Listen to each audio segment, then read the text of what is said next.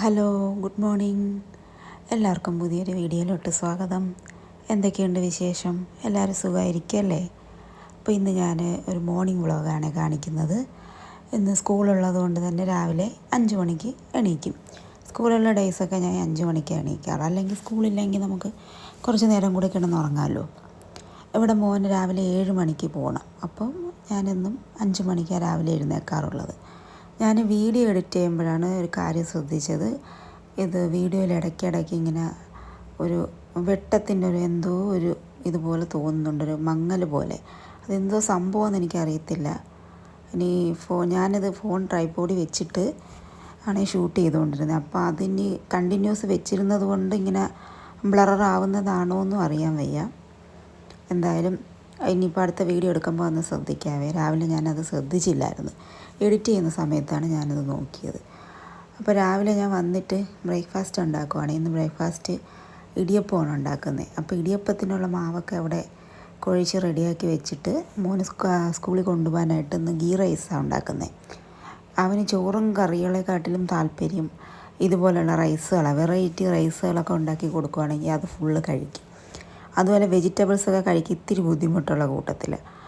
അതുകൊണ്ട് ഞാൻ മിക്കുള്ളപ്പോഴും ഇതുപോലുള്ള വെറൈറ്റി റൈസുകളായിരിക്കും, വെജിറ്റബിൾസൊക്കെ ഉൾപ്പെടുത്തിക്കൊണ്ടുള്ള റൈസാണ് അവന് കൊടുത്തു വിടാറ്. ഇന്നിപ്പോൾ ഞാൻ ഗീ റൈസാണ് ഉണ്ടാക്കുന്നത്. അപ്പോൾ ഗീ റൈസ് ഉണ്ടാക്കാനായിട്ട് അതെല്ലാം കുക്കറിൽ സെറ്റ് ചെയ്തിട്ട് ഇടിയപ്പം അവിടെ പിഴിയുക. ഇടിയപ്പമൊക്കെ പിഴിഞ്ഞുകൊണ്ട് അത് ഒന്ന് സെറ്റായി. അതിൻ്റെ ഇടയിൽ ഞാൻ മുട്ടക്കറി വയ്ക്കുന്നുണ്ട് കേട്ടോ, ഇടിയപ്പത്തിന് കറിയായിട്ട്.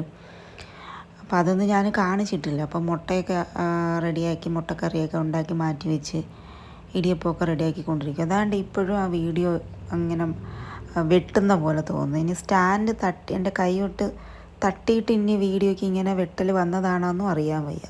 ഇത് എഡിറ്റ് ചെയ്യുന്ന സമയത്താണ് ഇതെൻ്റെ ശ്രദ്ധയിൽപ്പെട്ടത്.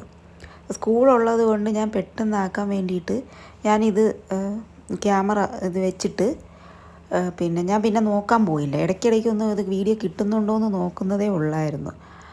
അതെന്തോ പറ്റിയെന്ന് അറിയാൻ വയ്യ.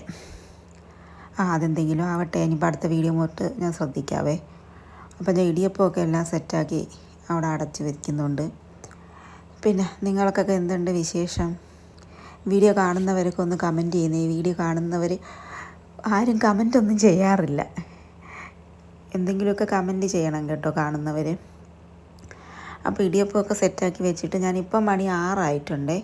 6 മണിക്കാണ് ഞാൻ മോനെ എഴുന്നേൽപ്പിക്കുന്നത്.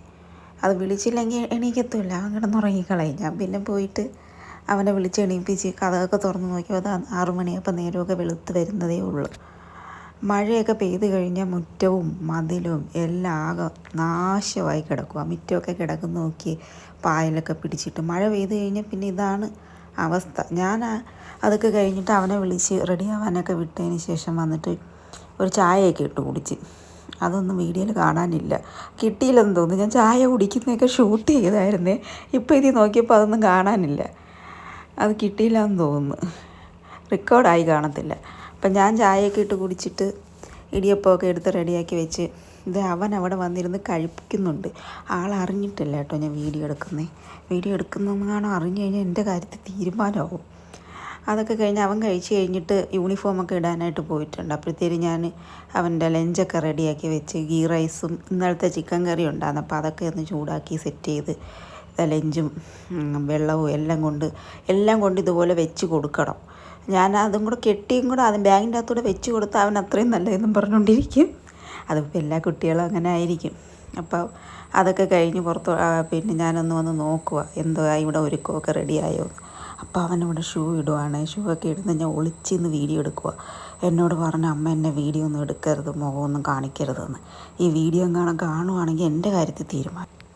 അപ്പോൾ നമുക്ക് മെയിൻ റോഡിലോട്ടൊന്ന് ആക്കി കൊടുക്കണം. അവിടെ ഈ സ്കൂൾ ബസ് വരത്തുള്ളൂ. അപ്പോൾ അതിനങ്ങോട്ടാക്കാനായിട്ട് പോവുക.